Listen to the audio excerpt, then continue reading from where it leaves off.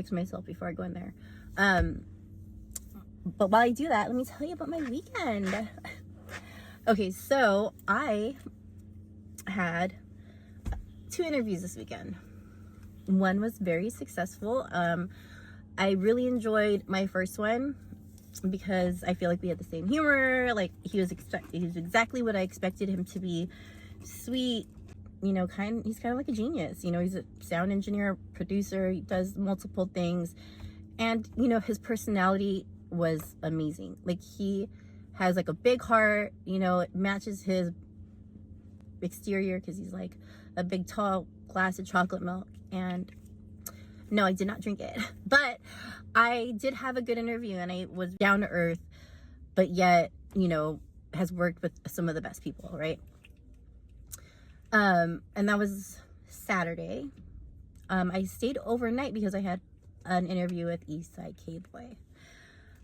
So I get to the hotel from my interview with my first guest that he couldn't make it. He had to spend time with his girl. I think it was his girl or his daughter. I think it's his girl, and it was her birthday or something. And regardless of the situation, like if someone's going to tell me ahead of time that they can't make it a whole day ahead of time, I'm cool with that. Like, thank you. It gives me time to find somebody new.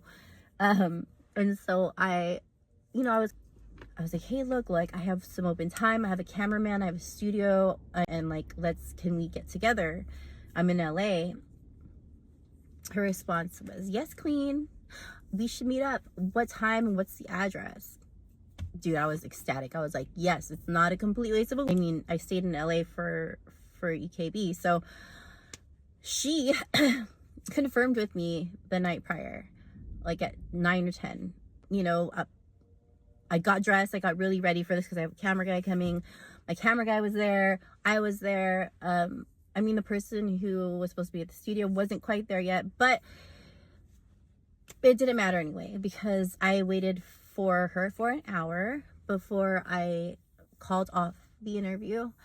And I mean, I'm not upset. I feel like I'm more like aware now. I think I had my first real LA letdown, like my first diva, you know what I mean? Someone who thinks like their time is more valuable than yours, and no matter who's waiting for me, like I'm not gonna let them know that I'm not coming or whatever the case may be. And then she posted about a book that she's reading this morning. So, but yeah, I mean, I want everyone to win. Like really, that's kind of where I'm at in my life. I don't wish ill will on anybody. Like even if she did waste my time, I'm not gonna be like, fuck that bitch. It's more like it's a lesson, not a loss. These are not losses. I think of things as more of lessons, because I was on a high for a year of just straight opportunities, you know, successes and things that I had manifested were coming to life. And I thought, man, this is great. When am I gonna get, you know? Okay. I'm back with the tea and I have makeup on. Okay, so anyways, hold on. I have to lock it. So basically, yeah, I mean, I'm not taking them as losses. I'm taking them as lessons. I've kind of taken that with me over the last few months, or just, I don't know, just in general. Like, I feel like things that have happened in the past that didn't work out, it ended up being okay. You know, it ended up working itself out, or something better came along. You know, it's just kind of how things are. Like when isn't there a time where you're like, oh man, it's the end of the fucking world, and like I'm gonna break up with this person, and then like a month later you're like, well, I'm glad that didn't work out. So as much effort as I put in to the whole thing, and you know, it was last minute, you know, too, so it's kind of also my fault because I didn't, you know, I booked it late, and I already had another interview, and she was kind of just a fill-in. which is fine. I mean, like, that's my bad. That's my part in it. But I got to meet my camera guy, and my camera guy is so nice. My brand managers were able to find me a photographer who was well versed in the podcasting world, and he was super like, oh, like, let me get chat GPT, let me get you a script, we can just do our own thing, and you can kind of do your own podcast about you and your transition. And as much as I wanted to do that, like, my headspace was like, damn, bro, this has never happened to me. Not at work, not in my relationships, not in my friendships. Has somebody told me they're going to be somewhere, and then just don't show up. And then don't call. And then pretend like I'm nothing and doesn't even tell me anything the next day.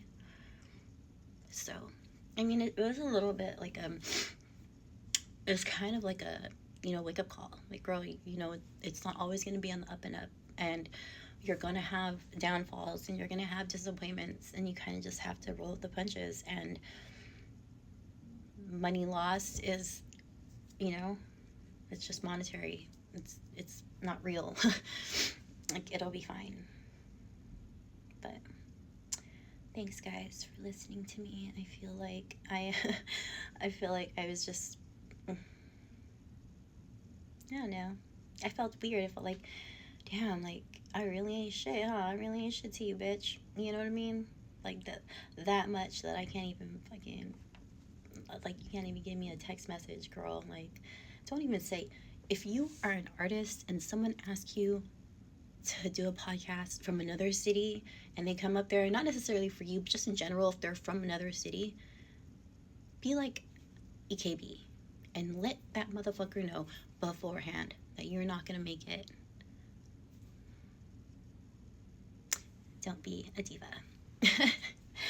All right, guys, well, that's all for today. I'm gonna finish drinking my coffee.